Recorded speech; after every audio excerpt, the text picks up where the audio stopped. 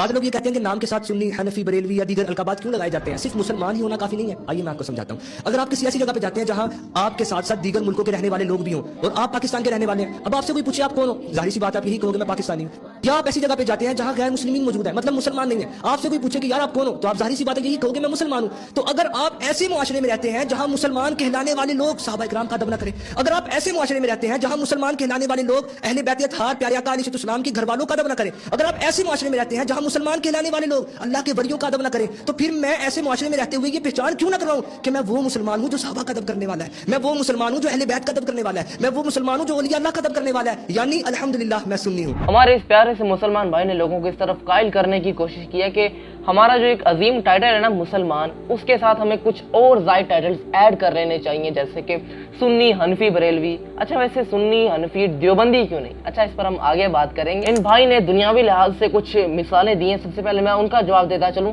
دیکھیں ہم دنیاوی لحاظ سے الگ الگ جگہ پر الگ الگ نام یوز کرتے ہیں جس میں کوئی حرج بھی نہیں ہے. جیسے اگر میرے والدین نے میرا نام رکھا ہے فرحان، تو یہ میری ایک شناخت ہے. اگر میں کسی ملک میں رہتا ہوں تو یہ میری ایک شناخت ہے. اور اگر میں کوئی کام کرتا ہوں تو وہ کام میری ایک پہچان ہے. ان بھائی نے تو 3-4 ایگزامپلز دیے نا، میں پوری ایک فہرست پیش کر سکتا ہوں کہ جہاں پر ہم نے 20 جگہ پر دنیا میں پتہ نہیں کتنے کتنے نام رکھے ہوئے ہیں اپنی پہچان کے لیے. اور اس میں کوئی حرج بھی نہیں ہے کیونکہ یہاں پر اس میں پبلک لیول پر کوئی نقصان نہیں اٹھتا. لیکن جب بات دین اسلام کی آتی ہے جس میں ہم لا الہ الا اللہ محمد رسول اللہ پڑھ کے داخل ہوتے ہیں، تو یہ دین کس کی طرف سے ہے؟ اللہ کی طرف سے.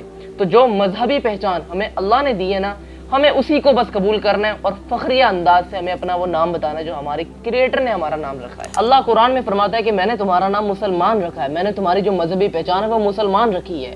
من قبل وفی ھذا، پہلے بھی اور اس قرآن میں بھی. تو سب سے میرا ایک معصومانہ سوال ہے کہ جو نام ہمارے کریٹر نے رکھا ہے، ہمارے رب نے رکھا ہے، کیا ہمیں وہ پسند نہیں آ رہا جو ہم دوسرے نام رکھتے پھریں؟ ہمیں فخر کرنا چاہیے کہ ہمارا جو مسلمان نام ہے ہمارے رب نے رکھا ہے، ہمارے کریٹر نے رکھا ہے. اچھا اب بات آ جاتی تھی کہ جو نام ہمیں اللہ نے دی ہے، ہم اس کے علاوہ اپنے آپ کو دوسرے جو فرقوں نے نام رکھے ہیں جیسے سنی، وہابی، دیوبندی ہو گئے، ہم اپنے آپ کو ان سے منسوب کیوں نہیں کر سکتے؟ ہم اپنا یہ ٹائٹل کیوں نہیں دے سکتے؟ بہت ہی اچھا سوال ہے، اس کا جواب دینا بنتا بھی ہے. اچھا ویسے یاد ہے آپ کو کہ میں نے ویڈیو کی شروعات میں ایک لائن بولی تھی کہ صرف سنی، حنفی، بریلوی کیوں، سنی، حنفی، دیوبندی کیوں نہیں؟ حالانکہ وہ بھی اہل بیت علیہ السلام، صحابہ کرام سے اور اولیاء اللہ سے محبت کرتے ہیں اور ادب کرتے ہیں ان کا، آخرکار وہ کیوں نہیں؟ اچھا آپ کو پتہ ہے یہ پھر جواب کا دیں گے، وہ یہ دیں گے کہ نہیں وہ دوسرے فرقے والے ہیں، ہمارا ان سے کوئی تعلق نہیں ہے، ہم ان سے بہتر ہیں، ہم جنتی ہیں، وہ گمراہ ہیں، ان کے دوسرے عقائد ہیں.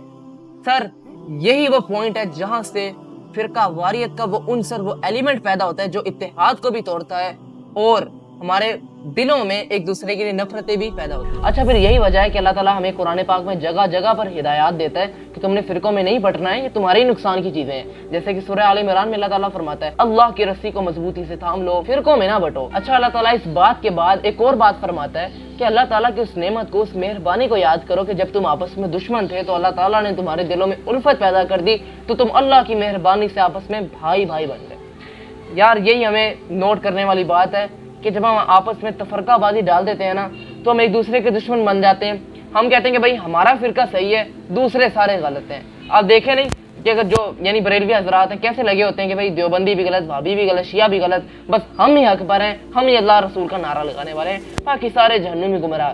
سر یہ اتنی خطرناک ذہنیت ہے کہ یہ ایک وائرس کی طرح ہے جو کہ ایک انفرادی طور پر نہیں ہوتا بلکہ پوری جماعت کی شکل میں یہ افیکٹ ڈالتا ہے. اللہ تعالیٰ ہمیں اس آیت میں اسی طرف غور و فکر کروا رہا ہے اور یہی کہہ رہا ہے کہ فرقہ واریت ایک ایسا وائرس ہے جو دلوں میں الفت پیدا نہیں کرتی، جو دلوں میں محبت پیدا نہیں کرتی، بلکہ یہ دلوں میں ایک دوسرے کے لیے نفرت کریٹ کرتی ہے، ایک دوسرے کے لیے نفرتیں جنم لیتی ہیں. اس سے تو اس میں فائدہ نہیں ہے، اس میں نقصان ہی نقصان ہے، تباہی ہے. نبی صلی اللہ علیہ وسلم کی بڑی ہی پیاری حدیث جو بخاری میں ہے کہ نبی علیہ السلام نے فرمایا کہ مسلمان مومن ایک جسم کی مانند ہے. پھر نبی علیہ السلام نے بڑی ہی پیاری مثال سے سمجھایا کہ جسم کہ اگر کسی ٹکڑے پر، کسی حصے پر تمہیں اگر تکلیف آ جائے نا تو تمہارا جسم کس طریقے سے بے چین ہو جاتا ہے. کہ اگر ہمارے کسی جسم کے ٹکڑے پر تکلیف آ جائے، کوئی درد آ جائے، تو کیا ہم اس جسم کے ٹکڑے کو نکال کر باہر پھینک دیں گے؟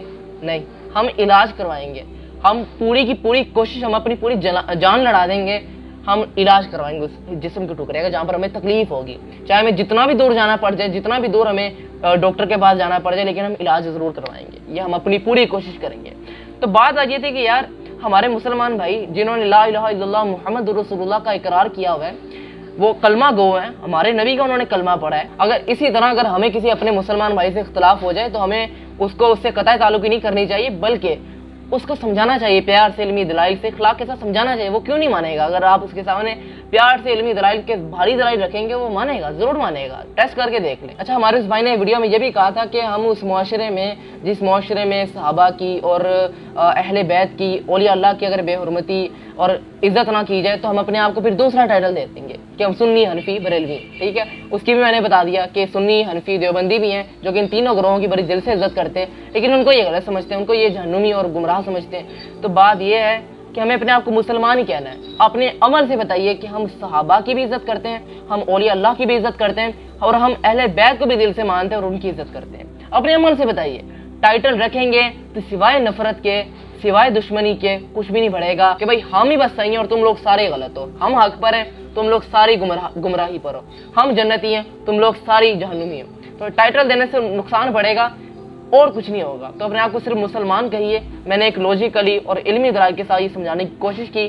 میرا کوئی ان بھائی سے کوئی ذاتی دشمنی نہیں ہے اور نہ ہی ہونی چاہیے. علمی اختلاف ہے, علمی طریقے سے حل کیجئے. اگر آپ کو میری باتیں دلائل میں بھاری لگ رہی ہیں, آپ میری بات کو قبول کر لیجئے. اگر آپ کو ان کی بات بھاری لگ رہی ہے دلائل میں تو ان کی بات قبول کر لیجئے. باقی میرا مقصد یہی ہے, اپنا ٹائٹل وہ بتائیے جو ہمارے کریٹر نے ہمارا نام رکھا ہے. پھر ملاقات ہوگی اگلی ویڈیو میں.